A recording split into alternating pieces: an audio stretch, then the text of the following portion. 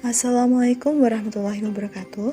Kami dari kelompok 5 yang beranggotakan Tiara Erneza Askanabila, Tiara Ika Wita Adriani, Tintin Mulyani, dan Ferry Kurniasari pada pertemuan mata kuliah kewarganegaraan kali ini hendak mempresentasikan materi terkait dinamika konstitusi di Indonesia. Baik, langsung saja mari kita simak penjelasannya. Perkembangan konstitusi di Indonesia. Konstitusi dalam Kamus Besar Bahasa Indonesia didefinisikan sebagai segala ketentuan dan aturan tentang ketatanegaraan atau undang-undang dasar suatu negara. Sementara istilah konstitusi mulanya berasal dari bahasa Perancis, yaitu constituer yang berarti membentuk. Yang dimaksud ialah membentuk suatu negara. Berdasarkan definisi konstitusi, menurut C.F. Strong, terdapat 3 unsur yang termuat dalam konstitusi. Di antaranya yaitu yang pertama, prinsip-prinsip mengenai kekuasaan pemerintahan, yang kedua, prinsip-prinsip mengenai hak-hak mengenai warga negara, dan prinsip-prinsip mengenai hubungan antara warga negara dengan pemerintah. Konstitusi selalu mengalami perkembangan sesuai dengan perkembangan politik suatu bangsa. Perkembangan dan perubahan konstitusi di Indonesia dapat dijabarkan sebagai berikut. Yang pertama, yaitu Undang-Undang Dasar 1945 yang berlaku mulai tanggal 18 Agustus 1945 sampai dengan 27 Desember 1949. Pada masa periode pertama kali terbentuknya negara Republik Indonesia, konstitusi atau Undang-Undang Dasar yang pertama kali berlaku adalah UUD 1945 hasil rancangan BPUPKI. Kemudian disahkan oleh BPKI pada tanggal 18 Agustus 1945. Menurut UUD 1945, kedaulatan berada di tangan rakyat dan dilaksanakan oleh MPR yang merupakan lembaga tertinggi negara. Pada masa ini, terbukti bahwa konstitusi belum dijalankan secara murni dan konsekuen.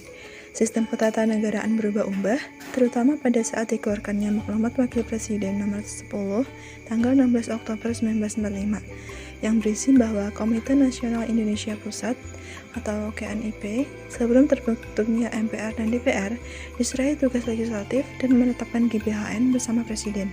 KNIP bersama Presiden menetapkan undang-undang dan dalam menjalankan tugas sehari-hari dibentuklah badan pengerja yang bertanggung jawab kepada Komite Nasional Pusat. Periode yang selanjutnya yaitu periode masa berlakunya Undang-Undang Dasar Republik Indonesia Serikat atau RIS yang berlaku mulai tanggal 27 Desember 1949 sampai dengan 17 Agustus 1950. Pada masa itu, Belanda tidak puas terhadap kemerdekaan Republik Indonesia. Kemudian terjadilah kontak senjata atau agresi oleh Belanda pada tahun 1947 dan 1948. Kemudian akhirnya disepakati untuk mengadakan konferensi meja bundar di Den Haag, Belanda, dan menghasilkan 3 buah persetujuan antara lain. Yang pertama yaitu mendirikan negara Republik Indonesia Serikat, yang kedua penyerahan kedaulatan kepada Republik Indonesia Serikat, dan yang ketiga didirikan uni antara Republik Indonesia Serikat dan Kerajaan Belanda. Kemudian, pada tahun 1949, berubahlah konstitusi Indonesia yaitu dari UUD 1949 menjadi Undang-Undang Dasar Republik Indonesia Serikat atau UUD RIS. Maka berubah pula bentuk negara kesatuan menjadi negara serikat, yaitu negara yang tersusun dari beberapa negara yang semula berdiri sendiri-sendiri, kemudian mengadakan ikatan kerja sama secara efektif, atau dengan kata lain, negara serikat adalah negara yang tersusun jamak terdiri dari negara-negara bagian. Kekuasaan kedaulatan Republik Indonesia Serikat dilakukan oleh pemerintah bersama-sama dengan DPR dan Senat. Sistem pemerintahan presidensial berubah menjadi parlementer yang bertanggung jawab atas kebijaksanaan pemerintah berada di tangan menteri-menteri, baik secara bersama-sama maupun sendiri-sendiri bertanggung jawab kepada parlemen atau DPR. Kemudian yang ketiga yaitu masa berlakunya Undang-Undang Dasar Sementara tahun 1950 atau UUD 1950 yang berlaku mulai tanggal 17 Agustus 1950 hingga 5 Juli 1959. Konstitusi RIS tidak berumur panjang. Hal itu disebabkan karena isi konstitusi tidak berakar dari kehendak rakyat, juga bukan merupakan kehendak politik rakyat Indonesia.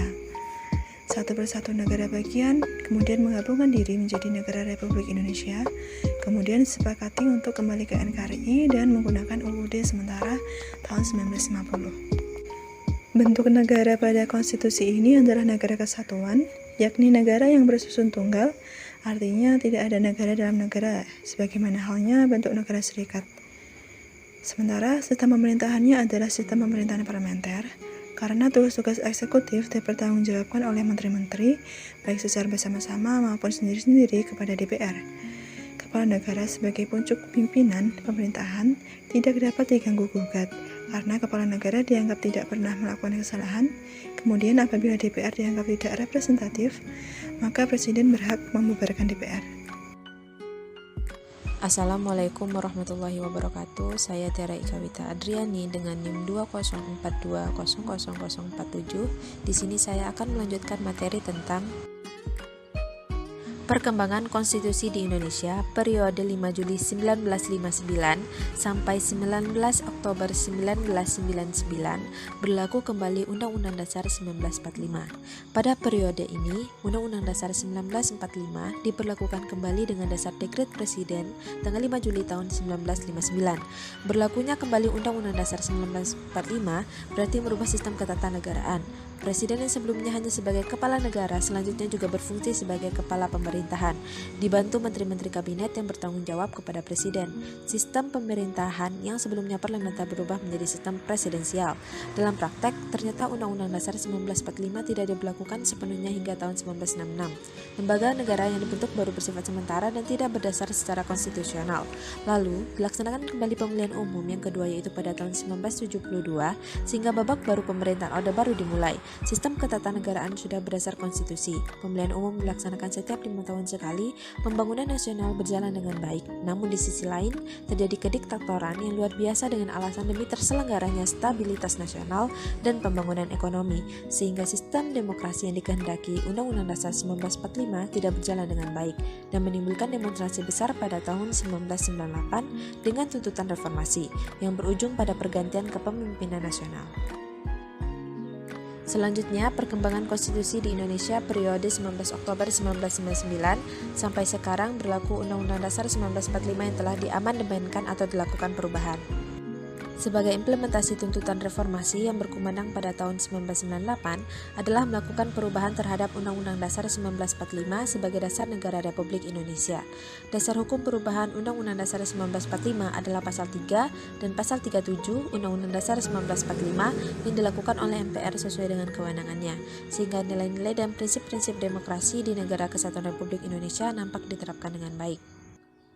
Dalam melakukan perubahan Undang-Undang Dasar 1945, MPR menetapkan 5 kesepakatan, yaitu yang pertama tidak mengubah pembukaan Undang-Undang Dasar Negara Republik Indonesia 1945, yang kedua tetap mempertahankan Negara Kesatuan Republik Indonesia, yang ketiga mempertegas sistem pemerintahan presidensial, yang keempat penjelasan Undang-Undang Dasar Negara Republik Indonesia tahun 1945 yang memuat hal-hal normatif akan dimasukkan ke dalam pasal-pasal atau batang tubuh, dan yang terakhir melakukan perubahan dengan cara adendum.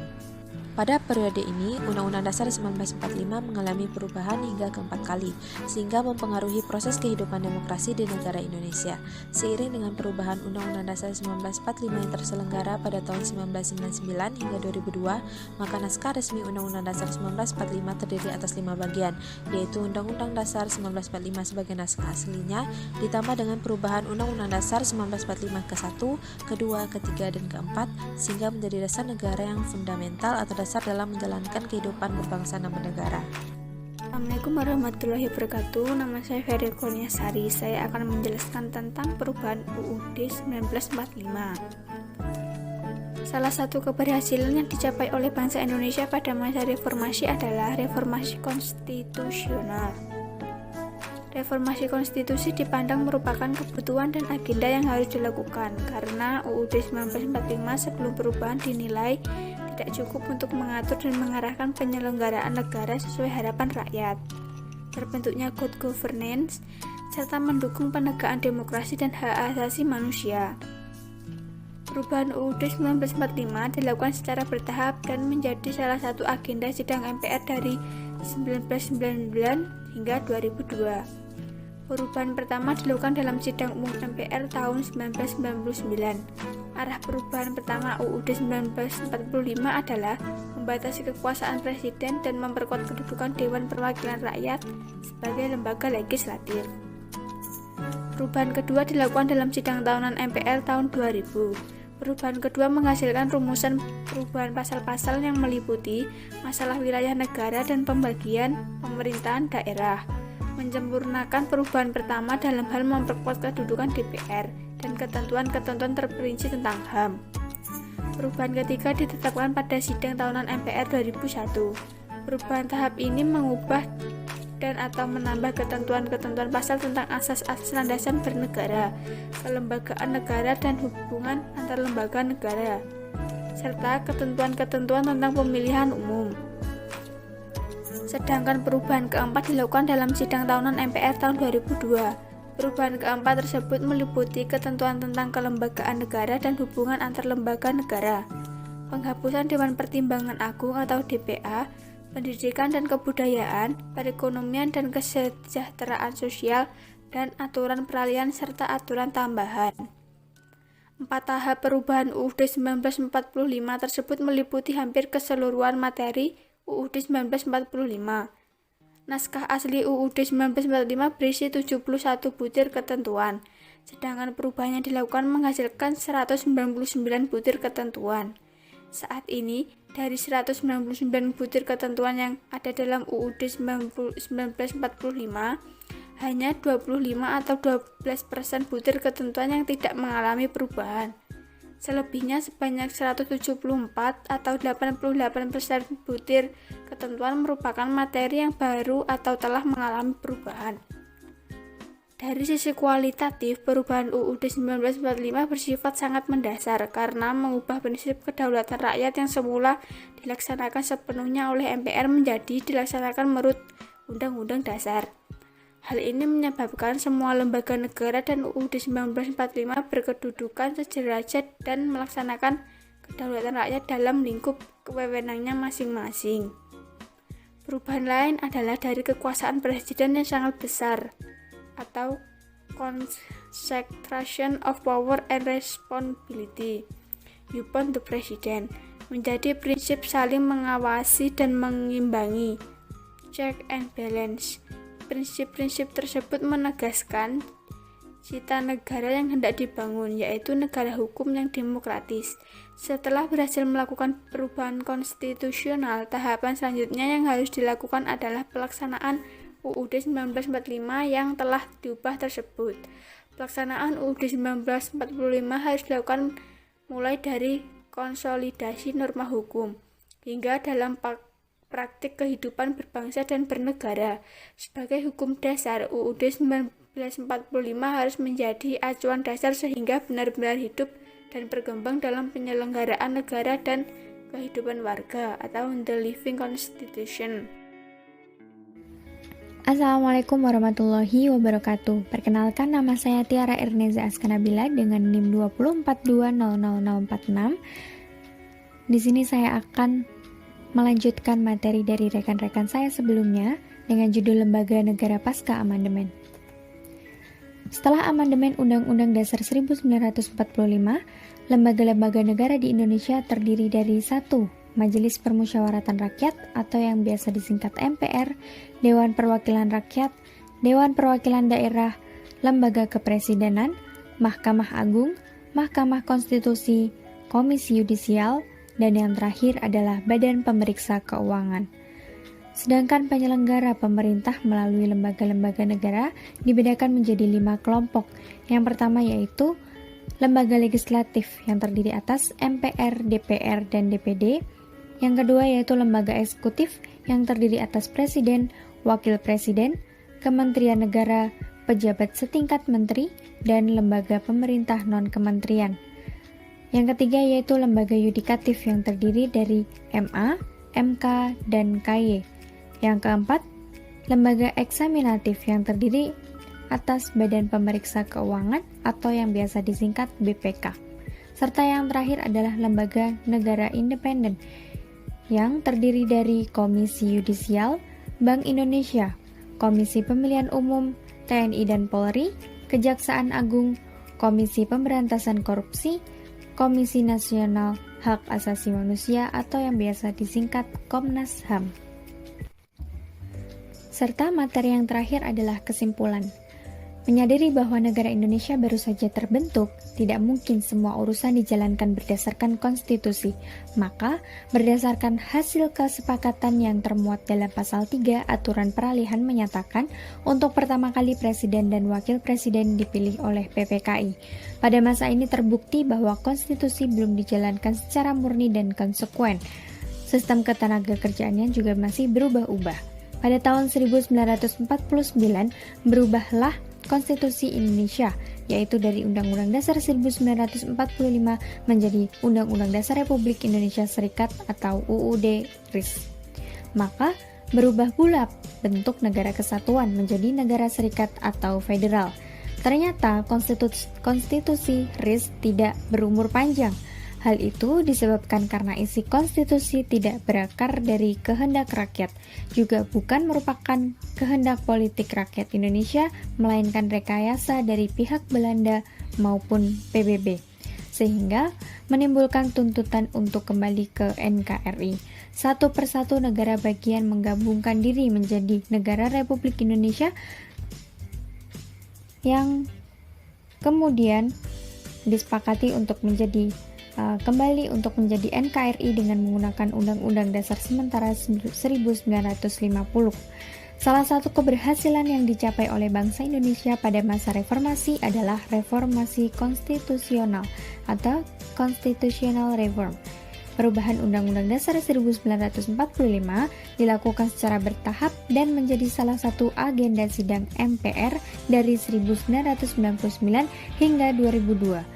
Setelah amandemen Undang-Undang Dasar 1945, lembaga-lembaga negara di Indonesia terdiri dari Majelis Permusyawaratan Rakyat, Dewan Perwakilan Rakyat, Dewan Perwakilan Daerah, Lembaga Kepresidenan, Mahkamah Agung, Mahkamah Konstitusi, Komisi Yudisial, dan yang terakhir adalah Badan Pemeriksa Keuangan. Sekian dari kami. Apabila banyak kurangnya kami mohon maaf yang sebesar-besarnya. Wabillahi taufik wal hidayah. Wassalamualaikum warahmatullahi wabarakatuh. Hope you enjoy it and understand. Thank you.